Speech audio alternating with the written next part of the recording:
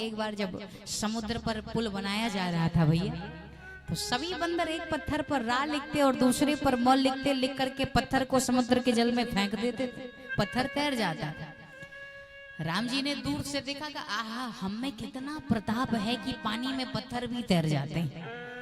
राम जी ने कहा चलो चल करके थोड़ा हम भी तो देखें कि भाई कितना प्रभाव है, प्रताप है हमारा।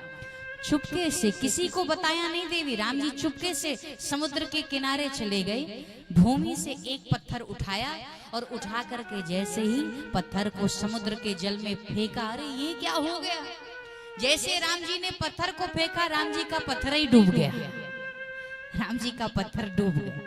और जब राम जी का पत्थर डूबा तो राम जी ने सोचा कि धीरे से निकल लेना चाहिए, नहीं भैया किसी ने देखा तो बड़ी भारी बेइज्जती हो जाएगी, लोगों का भरोसा उठ जाएगा, लोग यही कहेंगे कि राम ने जिस पत्थर को फेंका वह पत्थर डूब गया।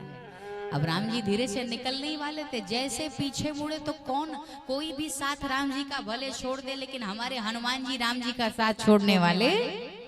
हनुमान जी ने कहा जय हो भगवान। राम जी ने कहा अरे इसने तो देख लिया, अब क्या करें? धीरे से राम जी ने कहा ए भैया कुछ देखा तो नहीं? हनुमान जी ने कहा सब देख लिया।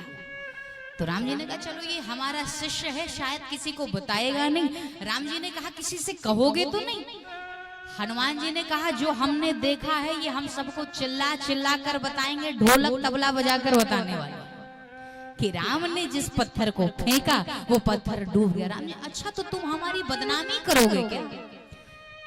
हनुमान जी ने कहा कैसी बात करते हो प्रभु, हम तुम्हारी बदनामी नहीं करेंगे, बल्कि इस बात से हम तुम्हारी प्रतिष्ठा को और बढ़ा देने वाले हैं। साक्षात ब्रह्म राम ही यदि जिसको उठा करके फेंक दे वो भला कैसे तैर सकता है? तैर तो वो तभी सकता है जब राम अपने हाथ में लिए हों, और राम जी ही जिसको फेंक दे, ईमानदारी से बताइए वो तैर सकता है? बड़ी सुंदर उत्तर दी हनुमान जी ने, लेकिन राम जी भी समझ गए उसी दिन। राम ना सकाई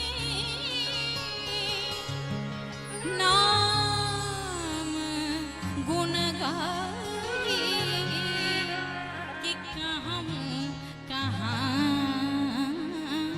लगी नाम बड़ा। समझ गए कि राम न सकई नाम गुण गाई।